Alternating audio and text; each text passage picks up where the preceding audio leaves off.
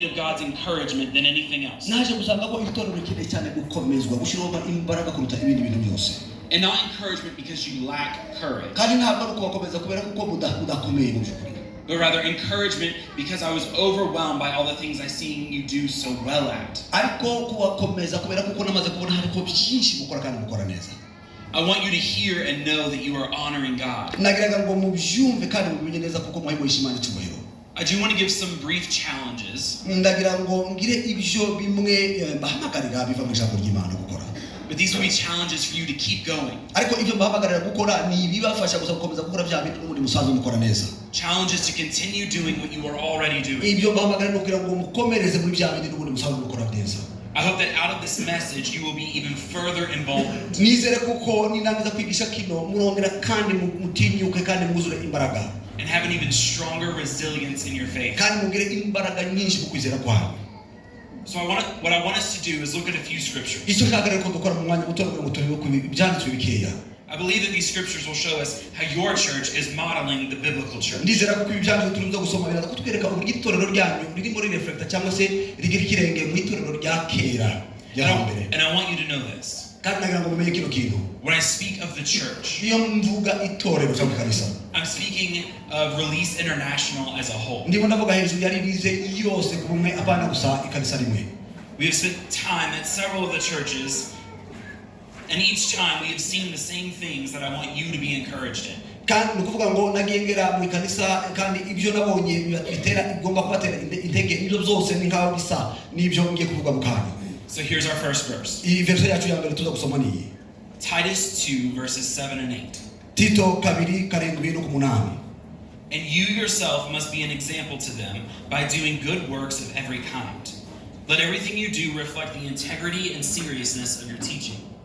Teach the truth so that your teaching can't be criticized. Then those who oppose us will be ashamed and have nothing bad to say about us. wiyerekane muri byose nk'icyitegererezo cy'imirimo myiza kandi mwigisha ryawe ugaragaze ko uboneye udapfa gutera waraza n'ijambo ryawe ribe rizima ritariho umugayo kugira ngo umuntu uri mu ruhande rw'ababisha amware atabonye ikibi yakuvugaho. What I've learned about this church ikintu nabashe kwiga hejuru y'iri torero is that those who teach uvuga ngo barya bigisha do so with an understanding of Scripture. bigisha bafite gusobanukirwa ibyanditswe. Their words are so full of Scripture. amagambo yabo bavuga aba yuzuye ibyanditswe.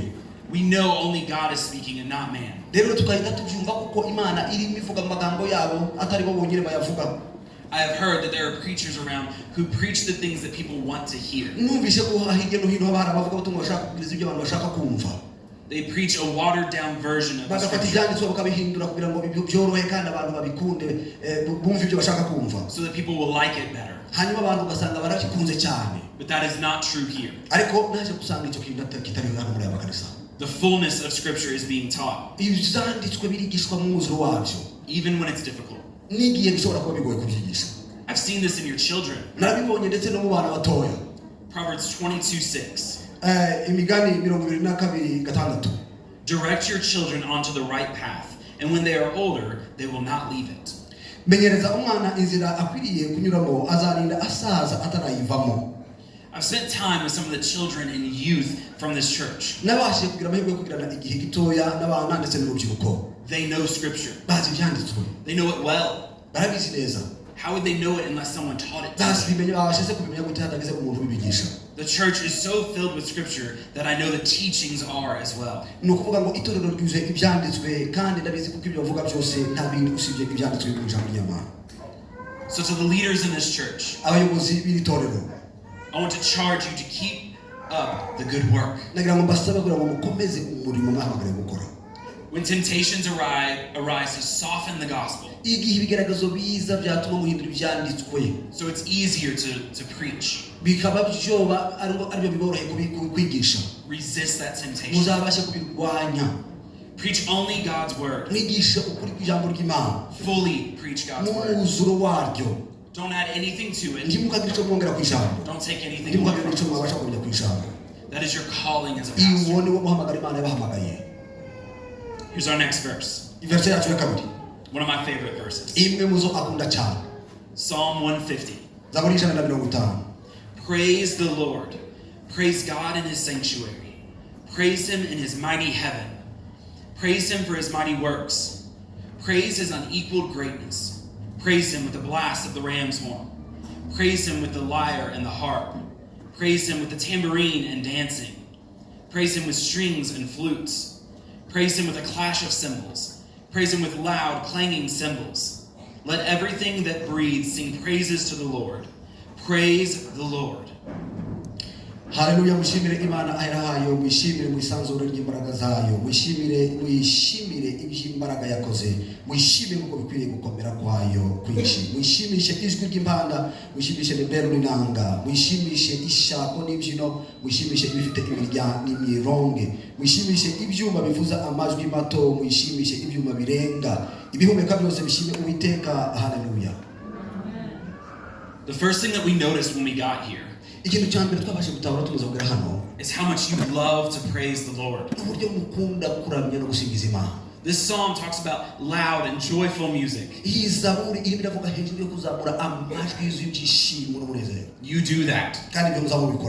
The psalm talks about dancing before the Lord. You do that. And the psalm talks about all praise being directed to God. And you do that. One of the things that I love about your worship is that it reflects the full song of David.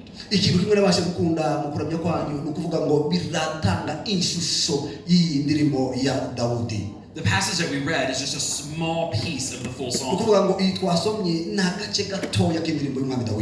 The full song is 80 verses long. David's worship took time. He had many things to say to God during his worship. And you all replicate this same amount of praise. I do want to warn you about one thing. Colossians 3:17. Whatever you do or say, do it as a representative of the Lord Jesus, giving thanks through him to God the Father.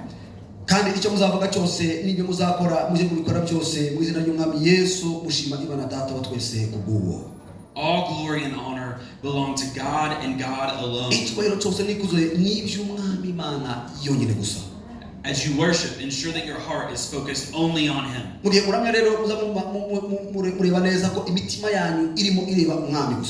Your heart must not be focused on yourself. Your heart must not be focused on the approval or disapproval of others. Your worship must be with a pure heart. Another warning I would like to give. Matthew 5 verses 23 and 24.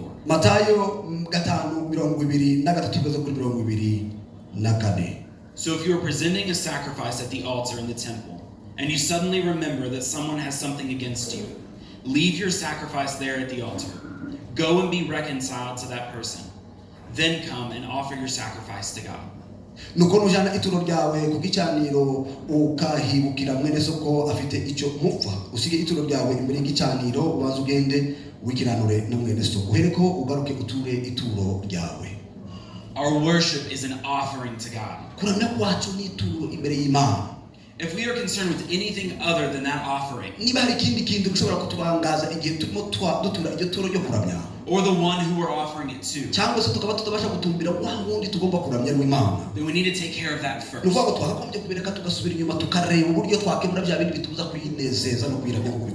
So that we can offer our sacrifice of worship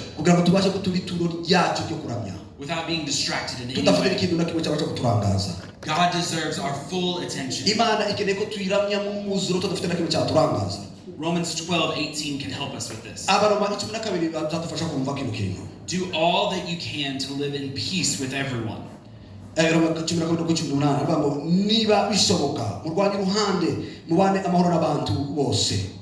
If we pursue living at peace with one another,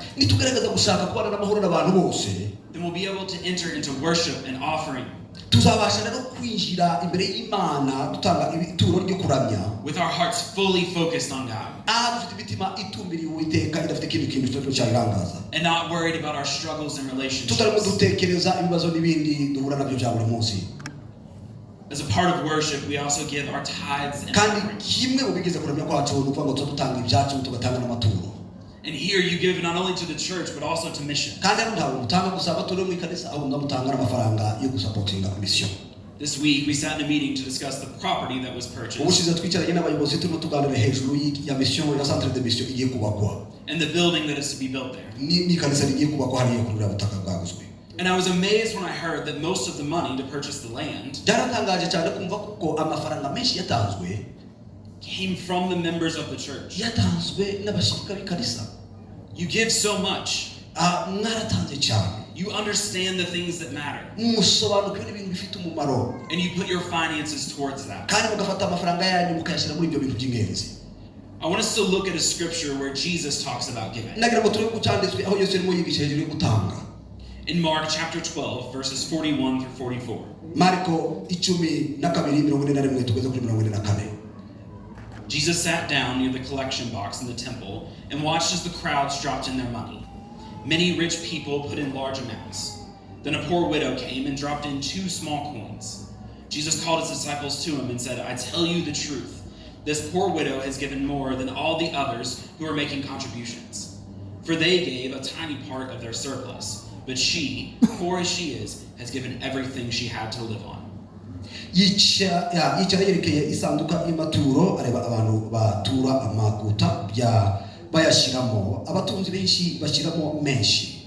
umupfakazi wari umukene araza atura amasenya 2 ariyo kuta. amagara abigishwa be arababwira ati ndababwira ukuri yuko uriya mupfakazi atuye byinshi kuruta ibyo abandi bose batuye, kuko bose batuye ibibasagutse, ariko we mu bukene bwe atuye icyo yarasigaranye aricyo yari atezeho amakiriro. I want to paint a picture for us. Imagine a line of men carrying heavy bags of coins.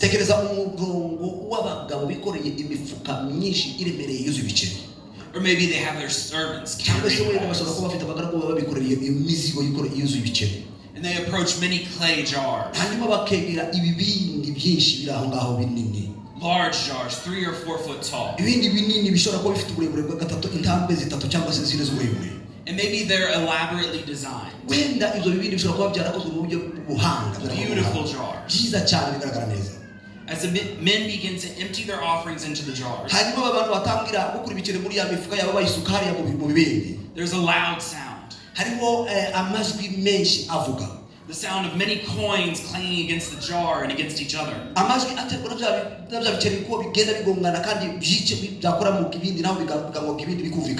The sound is so loud you can't hear anything else. And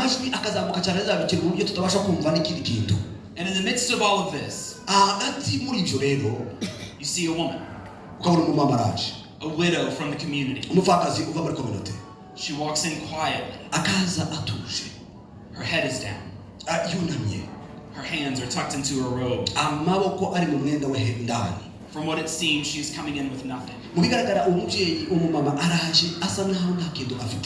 She approaches one of the clay jars and drops in 2 coins. Imagine dropping in 2 shillings. In the midst of all the noise and all the other offerings, this offering was insignificant and unheard. Or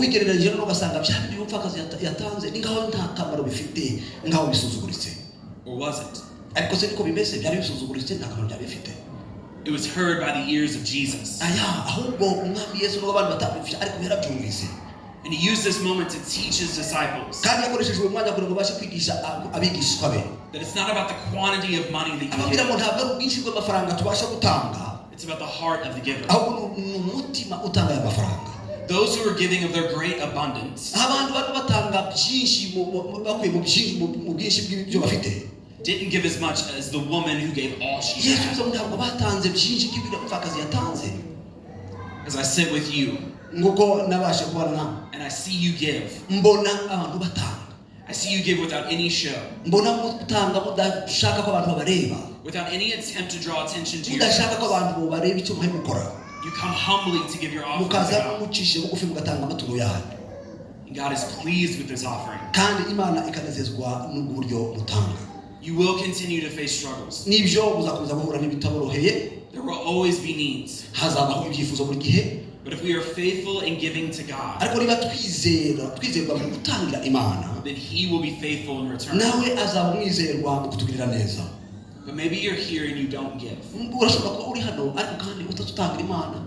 You don't give because you don't fully trust God with your money. ntutanga kubera ko udashaka kwizera Imana ndetse wizera na bya bindi yaguhaye amafaranga yaguhaye. Malachi 3:10. Maraki 3:10. Bring all the tithes into the storehouse, so that there will be enough food in my temple. If you do, says the Lord of heaven's armies, I will open the window of heaven for you. I will pour out a blessing so great you won't have enough room to take it in. Try it. Put me to the test. nimuzane imigabane yakimwe mu 10 ishite mushire mu bubiko inzu yanje ibemo ibyo kurya ngaho nimubingeragereshe niko Uwiteka Nyir'ingabo avuga murebe uko ndazabagomororera imigomero yo mu ijuru nkabasukaho umugisha mukabura aho mugwiza. There are so many things that I love about this passage. ariko byinshi ibintu nkunda cyane iyo nsomye kino cyanditswe. The first is that this is the only time in Scripture God tells His people to put Him to the test. hano uzasanga gusa mu byanditswe Imana ibwira abantu ngo bayigerageze. We may struggle to believe in God, turashobora kugorwa n'uburyo bwo kwizera Imana, or struggle to believe that He cares about us. birashobora kutugora kwizera kuko Imana itwitaho. Deuteronomy 6:16 tells us that we must not test the Lord our God. kuba utakikwa 2:6 ntimukagerageze Uwiteka Imana yanyu.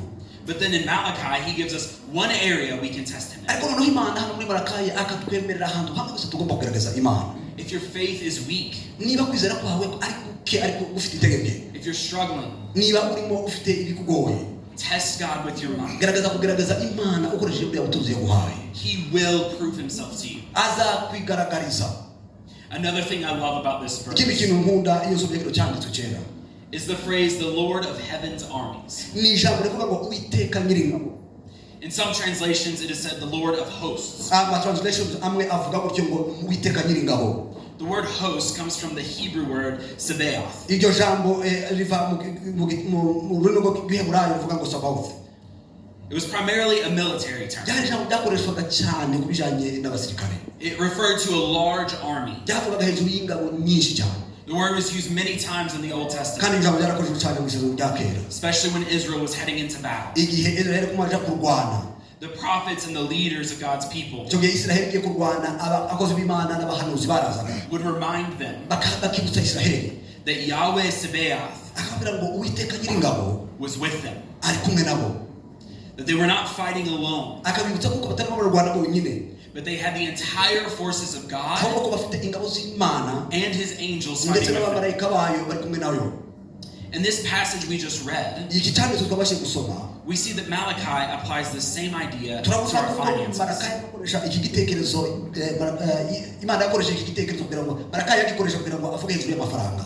If we trust God with our finances, niba tubasha kwizera Imana tukayizera n'amafaranga yaduhaye, then the God who controls all of the armies of heaven Imana rero igenga ingabo zose zo mu ijuru will bless you. azaduha imigisha.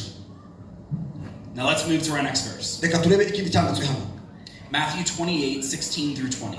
Matayo 28 dore ku murongo wa 16 kugeza ku murongo wa 20. Then the 11 disciples left for Galilee, going to the mountain where Jesus had told them to go. When they saw Him, they worshipped Him, but some of them doubted. Jesus came and told His disciples, I have been given all authority in heaven and on earth.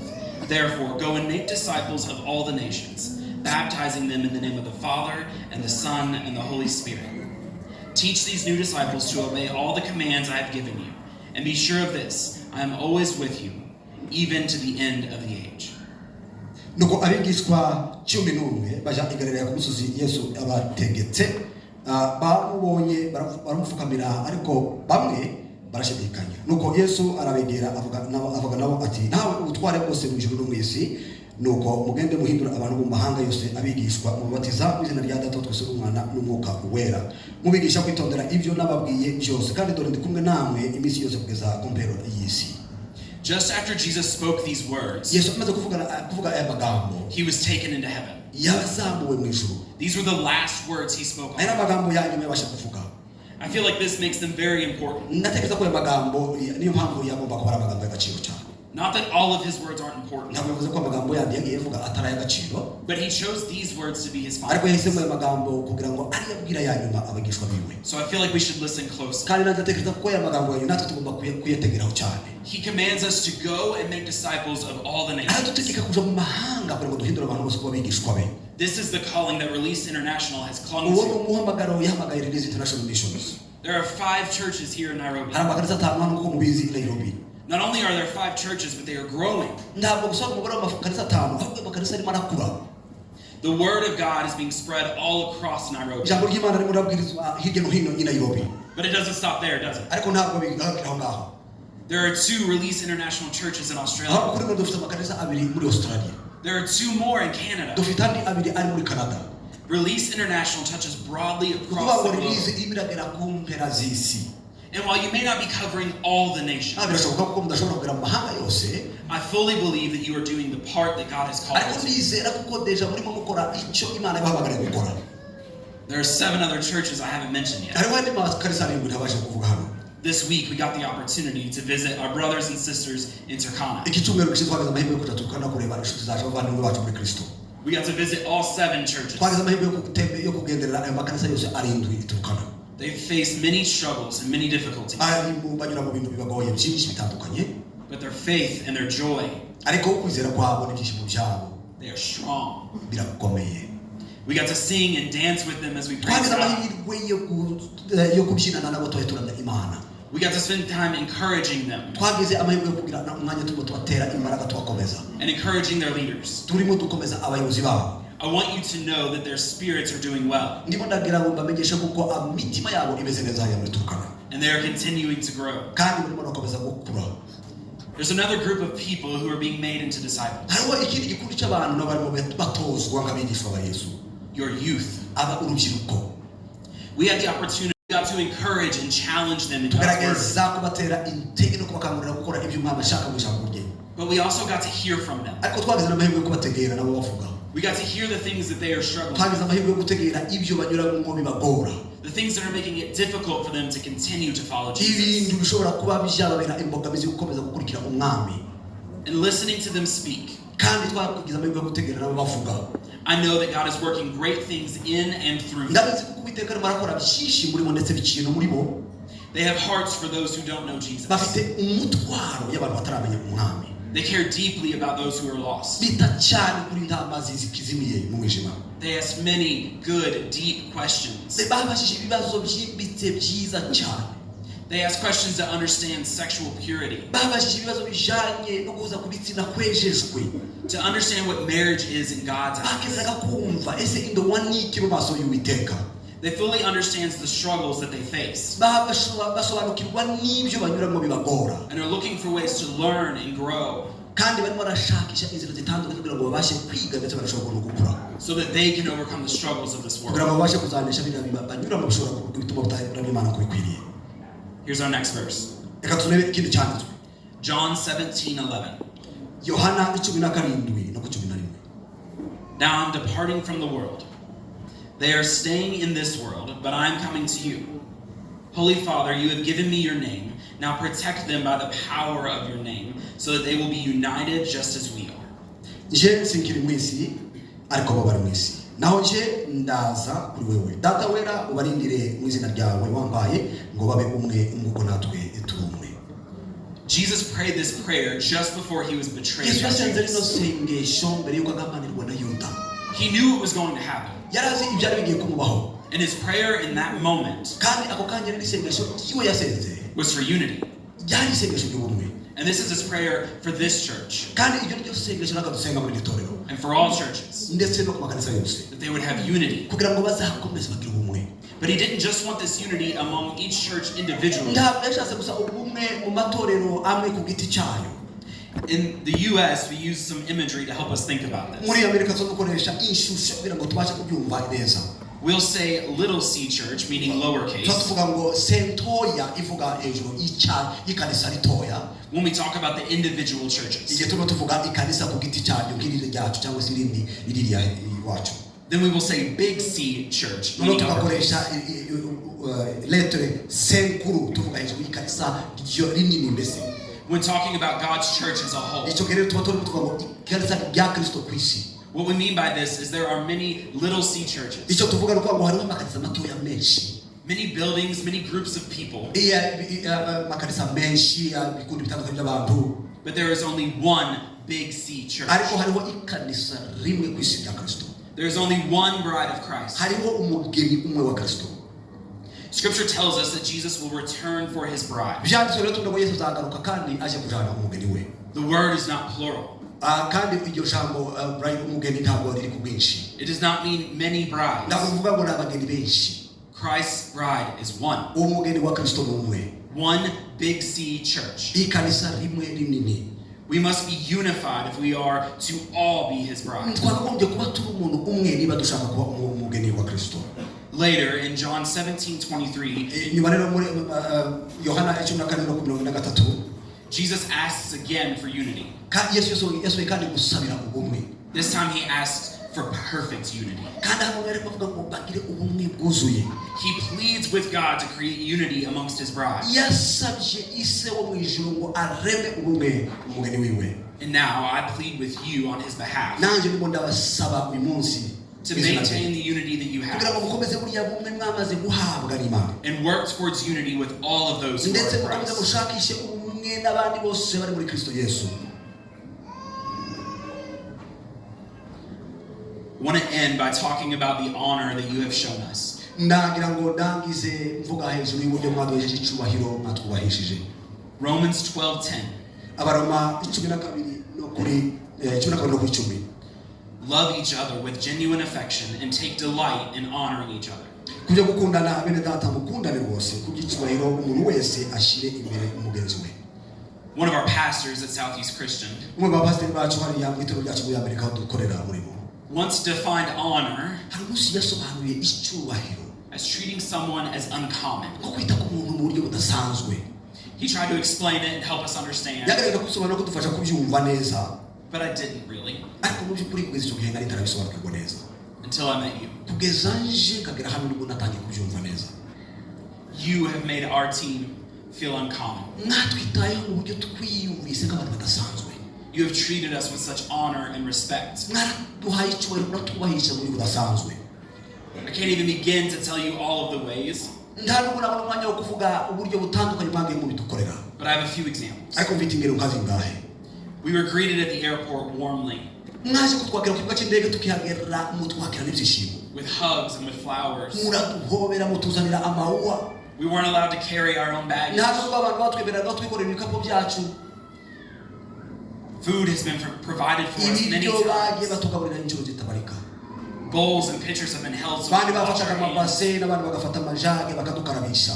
You have us stand in service so you can bless us mukaduhagurutsa mu ikanisa kugira ngo duheshe umugisha. and show us your warm affection. mukatwereka urukundo rudasanzwe. Now, I may be overthinking this, nashobora kuba ndimo mbitekereza cyane ibi. but in America, ariko muri Amerika iwacu that's not how we treat common people. ntabwo ariko baza bita ku bantu basanzwe nkatwe. Those are actions reserved for only the most honored. kenshi ibyo bikorerwa abantu barya b'icyubahiro bari hejuru cyane. We have felt deeply honored this week. twumvise duheshejwe icyubahiro cyane kandi duheshejwe icyubahiro. But there was something else that I noticed. ariko hari ikindi kintu nabasha gutahura. Because of the way that we were being treated, uburyo kubera impamvu kubera uburyo twabashe kwakirwa. I was curious if this was abnormal. nabashe kwibaza ati ibi bintu birasanzwe. Is this just special for the white people? ese ko barabikora kubera ko turi abazungu twabashe kugera hano uyu munsi. And it's not. ariko naje gutahura nsanga atari byo.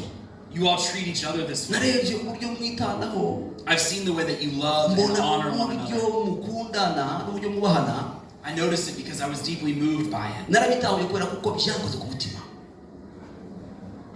I want to close by reading one final passage. nagira ngo ndangize nsoma icyanditswe cya nyuma. Philippians 1:3-11. abafilipi 1:3-11.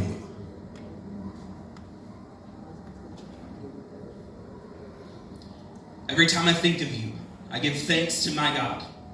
Whenever I pray, I make my requests for all of you with joy. For you've been my partners in spreading the good news about Christ from the time you first heard it until now. And I am certain that God, who began the good work within you, will continue his work until it is finally finished on the day when Christ Jesus returns. So it is right that I should feel as I do about all of you, for you have a special place in my heart. You share with me the special favor of God, both in an imprisonment and in the defending and confirming the truth of the good news. God knows how much I love you and long for you with the tender compassion of Christ Jesus. I pray that your love will overflow more and more, and that you will keep on growing in knowledge and understanding. For I want you to understand what really matters, so that you may live pure and blameless lives until the day of Christ's return. May you always be filled with the fruit of your salvation, the righteous character produced in your life by Jesus Christ. For this will bring much glory and praise to God. Ishimira Imana yanje iteka uko mbibutse kandi uko mbasabiye mwese iteka ryose mbasabira nezerewe kuko mwafatanije nanje umurimo ukwamamaza ubutumwa bwiza uhereye ku munsi wa mbere mukageza n'ubu. Icyo nzi neza rwose ndashidikanya nuko yatangiye umurimo mwiza muri mwe izawurangiza rwose kugeza ku munsi wa Yesu Kristo. Kandi birankwiriye ko mbatekereza ntyo mwese kuko mu ngoyi zanje no mu mpaka ngira kurwanira ubutumwa bwiza mpamya ko ari ukuri mbahoza ku mutima nibuka ko musangiye nanje ubuntu bw'Imana. Imana niyo ntanzeho umugabo yugomba kumbura mwese mu mbabazi za Kristo Yesu, kandi ikindi cyo mbasabira no kugira ngo urukundo rwanyu rushe kugwiza ubwenge no kumenya kose, mubone uko murobanura ibinyuranye kandi mubone uko muba abataryarya inyangamugayo kugeza ku munsi wa Kristo, mwuzuye imbuto zo kugiranuka ziheshwa na Yesu Kristo kugira ngo Imana ishimwe kandi ihimbazwe. Now I'm obviously not in prison. Aaron, the priest of Israel, spoke this blessing over the people of Israel. And now I want to speak it over you. Numbers 6, 24 through 26.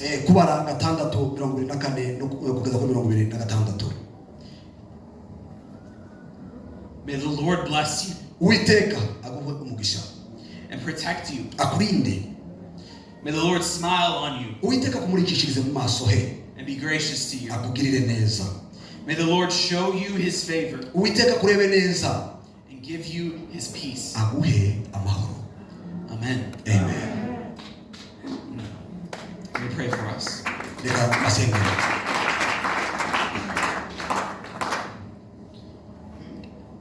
God, we love you. We come to you as one people, united by your blood. God, thank you that we are one. God, whether we are from Nairobi, Turkana, Australia, Canada, America, God, we are one. Because you are one. And God, we love you and praise you. God, when we feel alone, would you remind us that we have brothers and sisters? That you have put us among family. God, grant us the peace of this family. Grant us your peace. God, be with us. Continue to work in and through this church.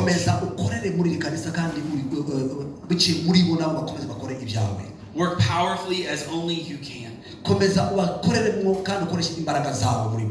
And in it, may you get all glory and all honor. We love you, God. Amen.